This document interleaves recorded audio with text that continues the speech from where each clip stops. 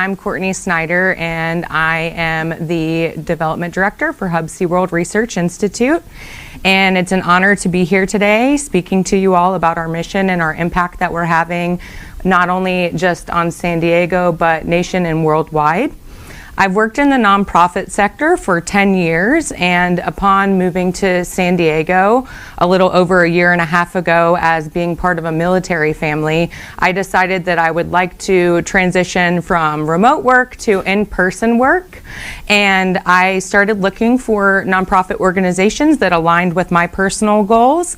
And the water and ocean has always been very important to me as a swimmer and an avid ocean lover. So when the opportunity arose to become a teammate at Hubbs, I was extremely excited for the opportunity. I get to work with brilliant scientists every day, and I learn something new. So I'm very, very happy, and I can't wait to share more with you guys. So today in our message, I'll be sharing about our mission, the history of Hubbs-SeaWorld Research Institute, our research focus areas, core programs, the problems that we are currently facing, the sustainable solutions that we need, and how we're making an impact. So our mission is very simple. It's to return to the sea some measure of the benefits derived from it. And our vision is to have a world where humans and marine life coexist and flourish together.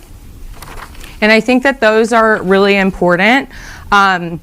It signifies a commitment to conserving and rejuvenating marine life, which is very, very important, especially as our world population continues to increase. And we want to emphasize the ability to give back to ensure the health of the ocean and its sustainability. And then with our vision, it's increasing vital for our oceans and essential to our global health and human well-being to face these escalating challenges. So I think our history is really unique, and our nonprofit organization has actually been around for 61 years. We were founded in 1963 by a gentleman named Milt Shedd. He was one of the 4 original founding members of SeaWorld.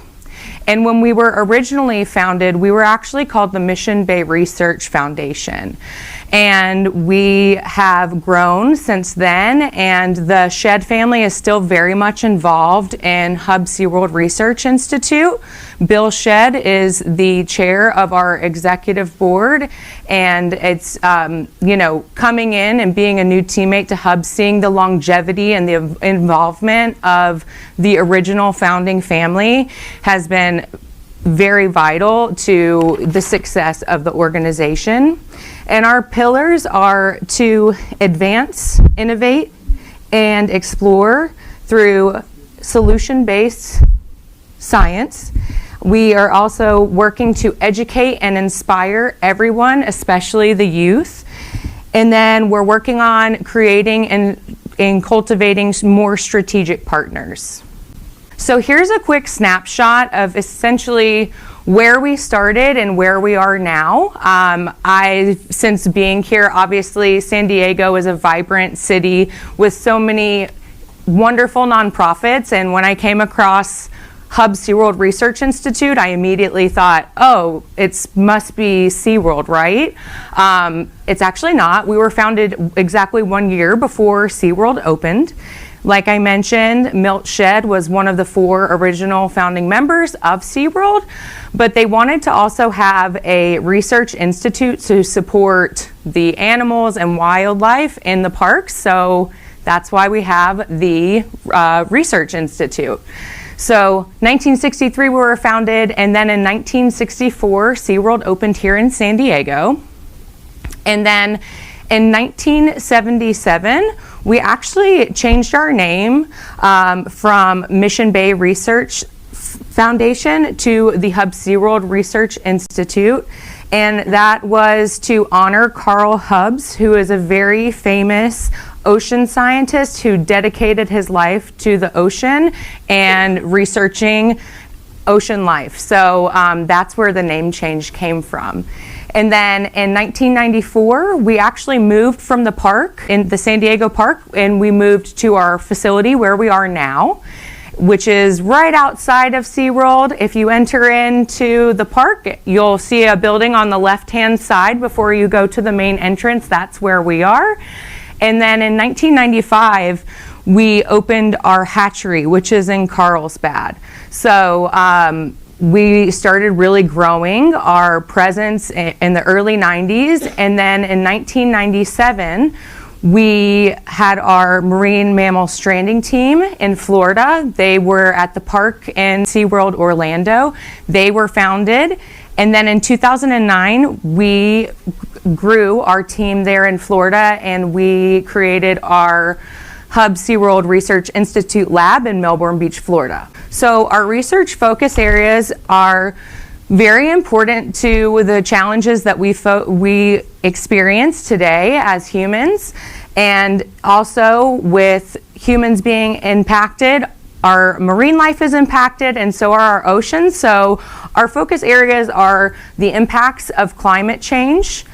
We are also focused on marine resource depletion, and habitat loss, and then also we are studying the impact of human activities and man-made structures. Core programs are animal behavior, which investigates marine animals' behavior, communication, and interactions with their natural environments. Ocean health, which focuses on understanding and monitoring the health of resilient marine ecosystems. Sustainable seafood, which addresses the challenges associated with fisheries and the management of seafood production. And then last but not least, wildlife populations, which studies the dynamics and conservation of marine wildlife populations. So we'll begin going into animal behavior, and this is essentially using sound to harmonize human and animal interaction.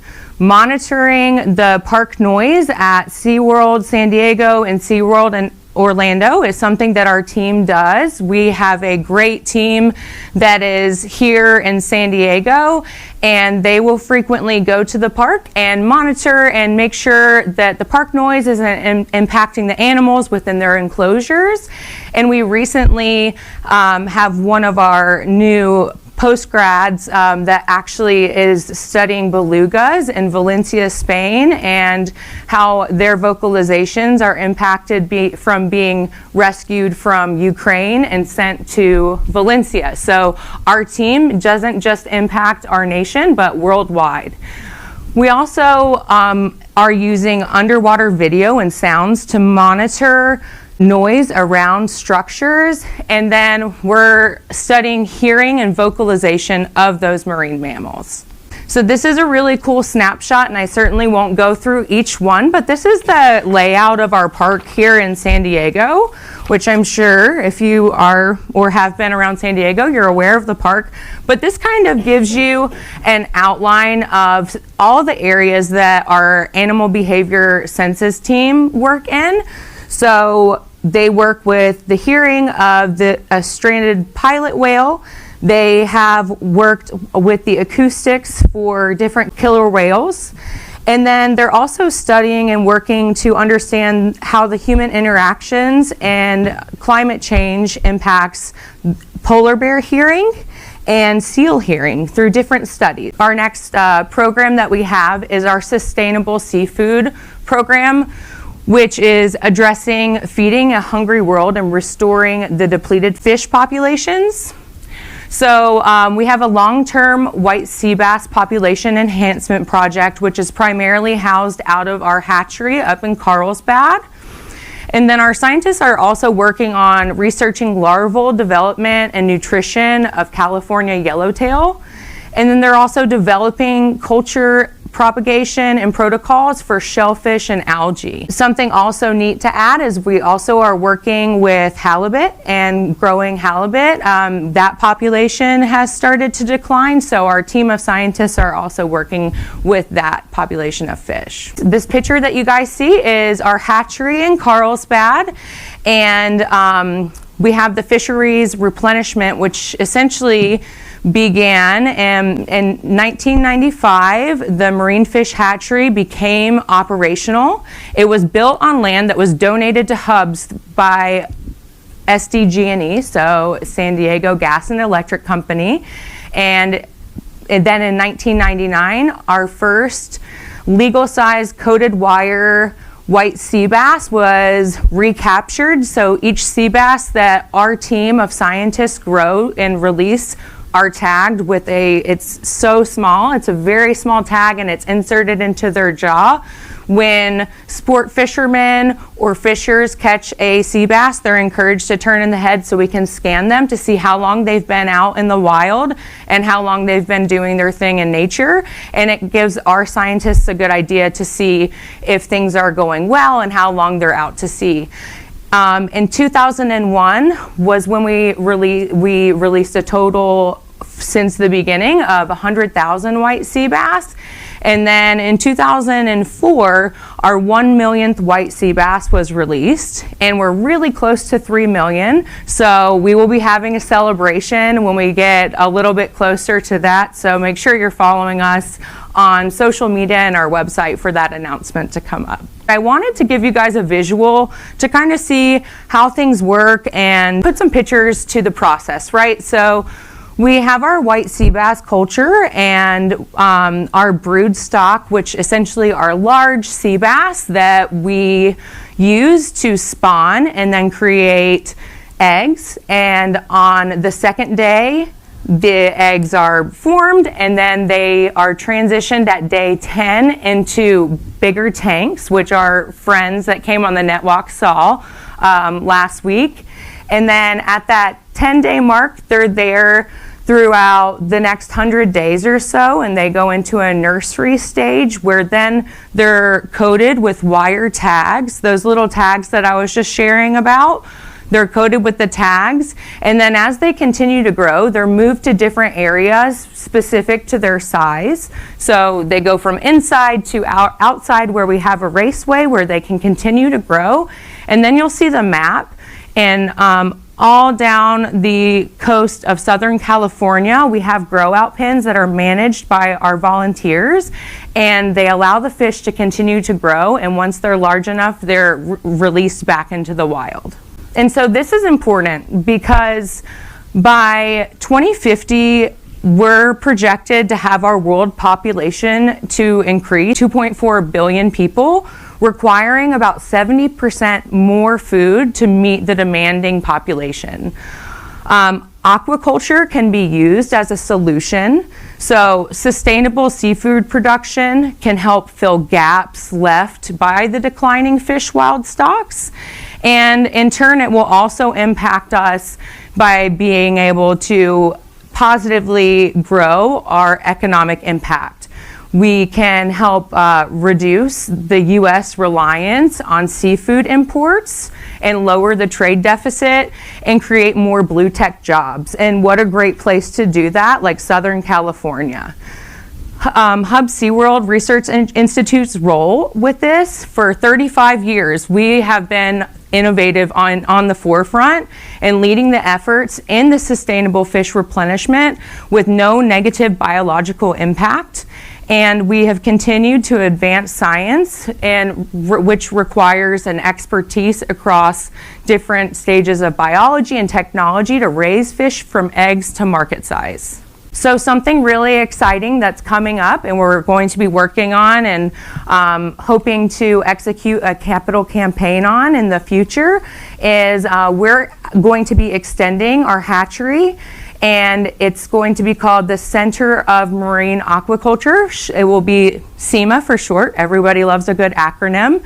And this is really going to be a center where it's going to be a collaborative institute. So essentially, we're hoping that we already work with a lot of amazing partners. We're partnered with universities all over the states and the world, and also other nonprofit organizations. So with the Center of Excellence, we're hoping that it can be a nice collaborative space where people who are wanting to learn to do this at the scale of which we are and further can come and collaborate together with our amazing team and continue to grow and be more impactful with sustainable food options.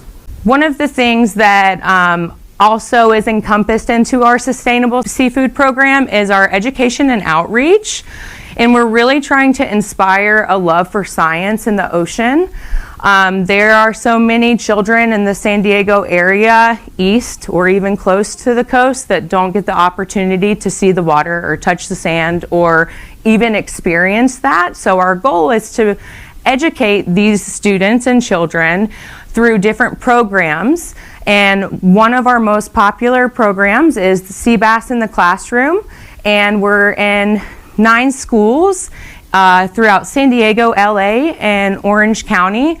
And essentially, these students have a teacher and one of our teammates. We give them tours of the hatchery and we bring them out, and they work on growing their own white sea bass in their class with their teachers to learn about aquaculture and STEM. And then at the end of the semester, when they have grown their fish, they get to go to the ocean and release the fish.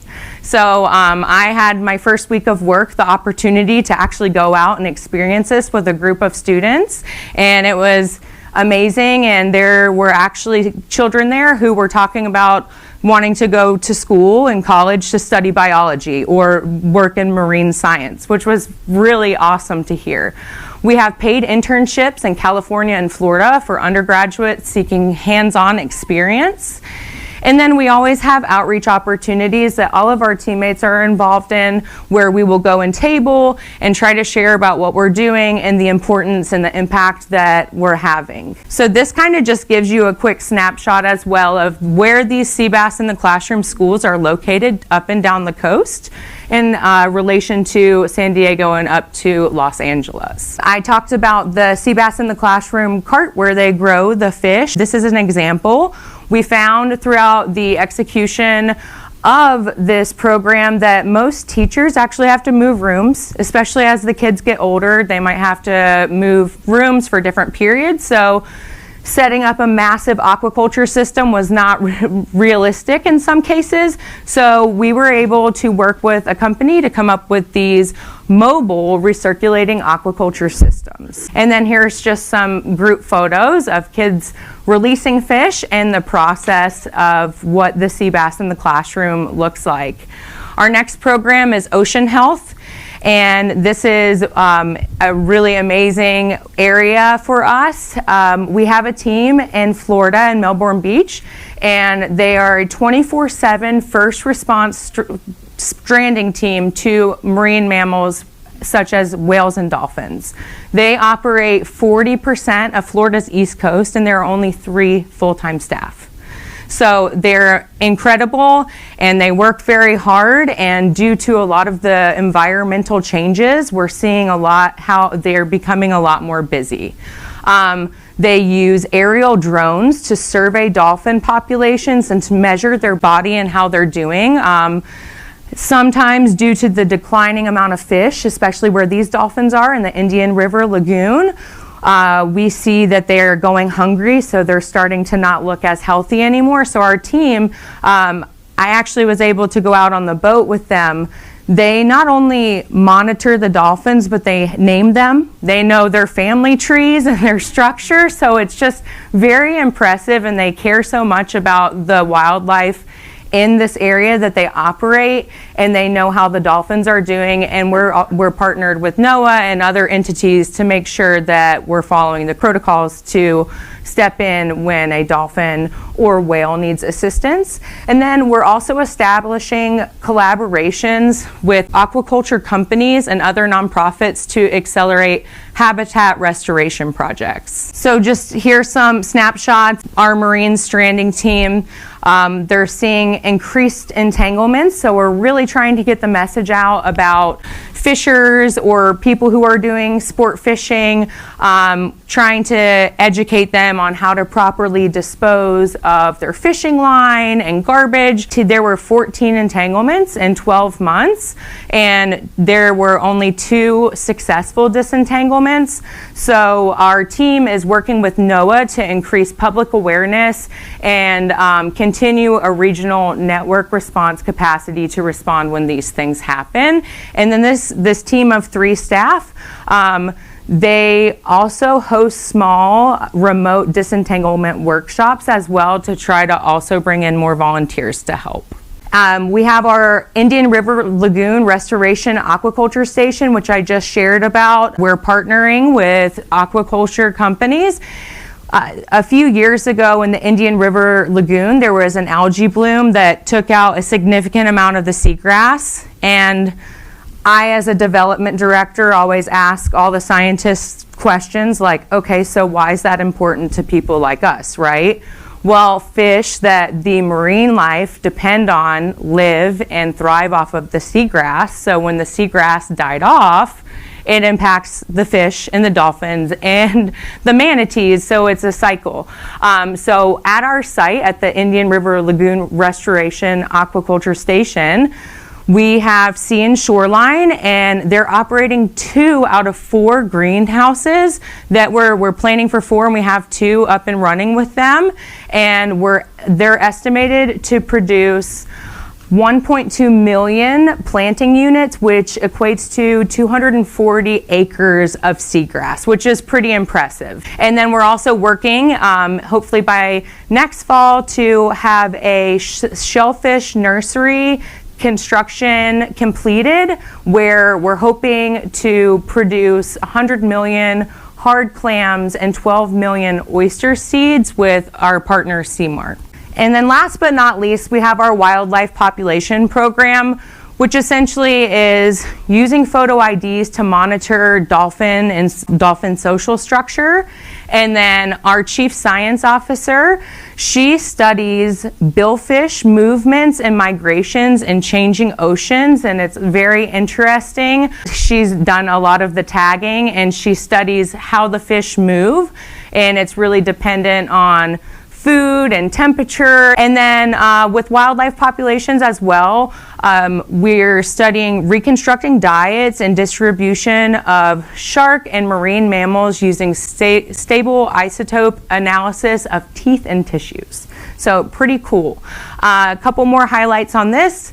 Essentially, we're examining the interconnectedness of marine life and their habitats. So this is important to us because the decline in marine biodiversity really threatens wildlife, ecosystems, and stability, and human livelihoods. So impacting both natural and economic systems. We see this with ecosystem imbalance, diminished marine resources, biodiversity loss, and extinction.